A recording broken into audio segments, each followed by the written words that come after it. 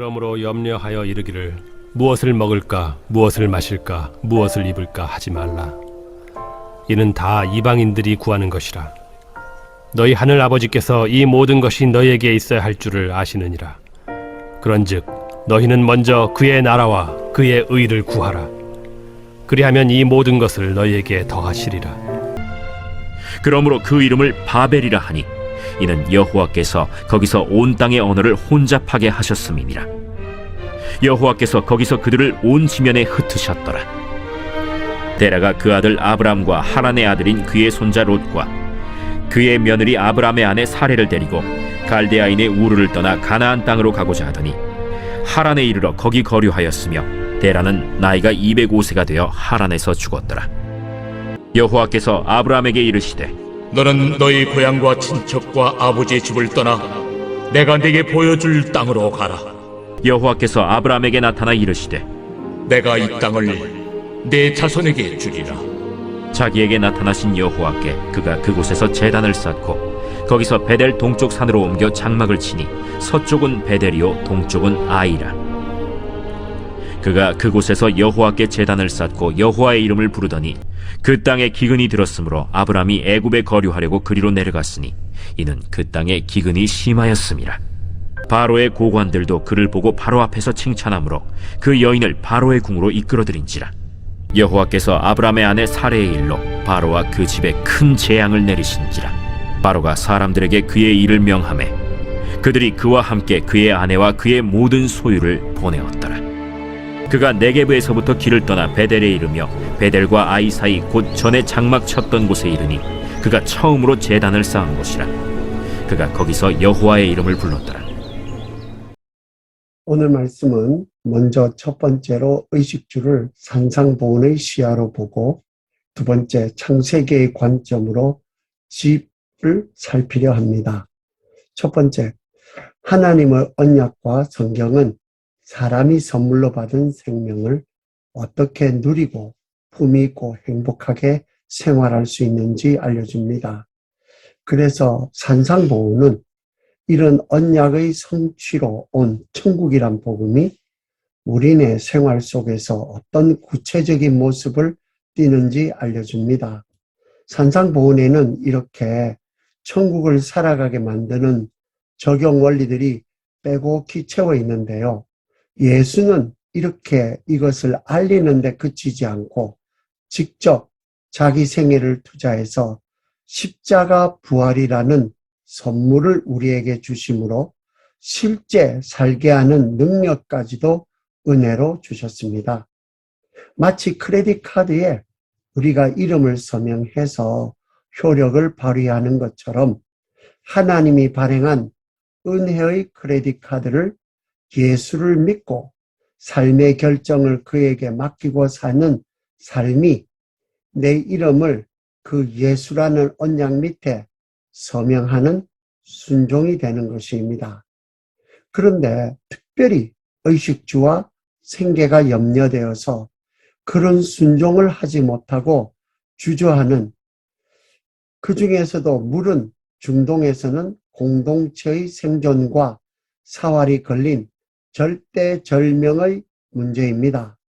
그런데 예수는 무엇을 마실까 염려하지 말라 하심은 단순히 식수에 대한 염려가 아니라 우물, 샘물, 냇물처럼 물이 보장되는 그런 복된 거주지를 말합니다. 의식주 중에서 어디에 살까 하는 집의 문제는 항상 우리를 짓누르는 과제입니다. 왜냐하면 우리 모두는 어떤 지역이 안전과 번영을 보장받는 곳인지 늘상 염려하여 더 좋고 고급진 동네에 살려고 이사하려고 이주하려고 또는 이민까지 하려고 애쓰는 우리들이기 때문입니다. 이런 우리에게 예수는 너희를 세상에 보낸 아버지가 그런 필요와 사정도 모르고 보냈겠는가 하십니다. 정말 최우선적으로 할 염려는 그 외부의 살집이 아니라 내 심령 속에 얼마나 하나님을 모신 나라 백성으로 얼마나 그 통치를 실천하고 사는지 내 마음속에 지을 성전이라고 말씀하십니다. 또 이런 하나님을 모신 집이 심령 속에 이루어져야 천국이 너희 안에 있다 하신 예수의 말씀처럼 하나님도 편안해 하시는 하나님 닮은 인품이 내 속에서 이루어지기 때문입니다. 그래서 오늘은 의식주에 관한 약속 중에서 어디서 살까? 그 집에 관한 약속을 하나님은 어떻게 성취시키는지 히브리 성경 원어로 집이라고 표현하는 벳이라는 표현이 창세기에 처음부터 나오는 순서를 따라가며 살피려 합니다. 4가지 소제목입니다. 떠날 집, 그리고 살 집, 버릴 집, 돌아올 집입니다. 첫 번째, 성경에 처음 집이란 단어 벳의 출현은 아브라함이 떠날 것을 명령받은 자기 아버지 데라의 집입니다. 노아 홍수 뒤에 사람들은 땅을 멸할 홍수가 다시 있지 않으리라는 하나님의 약속을 믿지 않고 대신 닥칠 홍수에 대비해서 성체와 타워 같은 건축물을 올리는 데 집중했습니다. 마치 에덴 동산에 있는 실과를 얼마든지 임의로 먹을 수 있었던 명령처럼 성체와 높은 타워 같은 건축물도 임의적인 범주에 두신 것으로 얼마든지 자유롭게 세울 수 있습니다. 그렇지만 그런 건축을 향한 동기가 하나님과 그 약속의 말씀을 불신해서라면 그런 목표로 추구하는 것은 잘못입니다. 하나님이 아브라함에게 떠날 것을 명령한 그 집은 부모와 친족과 아비로 대표되는 데라의 집, 그런 가치관이 지배하는 그 바벨에 있는 그 세상을 떠나라고 하신 것입니다.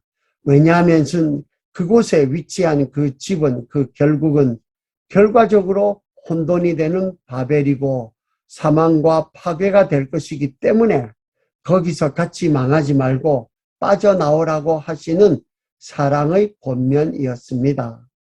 여러분으로 하여금 언약의 하나님을 거부하고 인간들의 노력물만을 최고로 숭배하게 만드는 데라의 집은 무엇이며 바벨의 땅은 어디입니까? 두 번째, 벳이란 단어의 출현은 하나님의 집 벳엘입니다. 아브라함에게 내 아비 집을 떠나라 했던 그 하나님이 가나안 땅에 들어온 후에도 과연 이 땅인가 긴가 민가 할 때에 그 하나님이 다시 나타나셔서 처음 약속을 확인해 주신 그곳이 베델입니다. 그 하나님이 만남을 주도하신 바로 그 터가 내게 주신 언약의 명당, 내 하나님의 집이 세워질 곳입니다. 완벽한 그런 집터를 구하는 여러분의 출발점은 눈에 보이는 세상의 조건을 따른 그런 가시적인 집터가 아니라 여러분을 말씀과 인격으로 만나 주셨던 그 하나님의 기억이 살아있는 심령의 자리가 출발점이 되어야 합니다. 그전에는 막연하고 추상적이었던 하나님이 자기에게 나타나신 여호와로 그 얼굴과 이름을 알게 된 곳이 어디입니까? 그 기억과 그 역사들은 하나님이 내게 주신 지극히 소중한 자산이 됩니다. 이 체험과 고백으로 예배의 제단을 쌓는 곳, 그곳이 내게 주신 베델, 하나님의 집이고 내가 살아야 할 집, 베델을 세울 곳, 집터입니다. 그 영혼의 집터부터 챙기시고 거기서부터 시작합니다. 여러분 영혼 속의 베델, 심령 가운데 자리 잡은 하나님의 집은 어디입니까? 세 번째가 애굽 땅 바로의 집 벳입니다. 그 처음 바로의 집으로 이탈하는 그 시작이 베델의 동쪽 방향으로 이주부터 시작됩니다. 아브라함이 베델 포함 동서남북 어디서든지 간에 장막을 짓는 것은 본인 자유입니다. 그렇지만 아브라함이 베델에 세웠던 처음 제단을 두고 자기가 장막을 쳤던 편리를 따라서 베델의 동편 산에 임의로 또 다른 제단을 쌓겠다는 것은 별개의 문제입니다. 하나님이 나타나신 곳이 아니기 때문입니다. 예배의 주도가 사람에서 하나님으로 이렇게 가야지, 반대로 하나님에서 사람으로 옮겨버리면은 거기서부터 인간의 종교와 인간의 열심과 인간의 노력이 만드는 것으로 전락됩니다.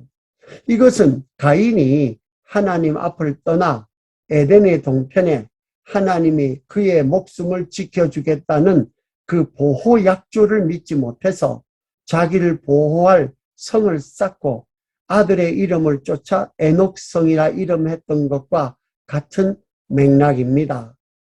아버지 집을 떠난 탕자처럼 하나님의 집을 떠난 아브라함은 점점 동쪽으로 또 남쪽으로 내려가서 마침내는 애굽 땅 바로의 집에 완전히 흡수되어 사라질 상황까지 내려갔었습니다.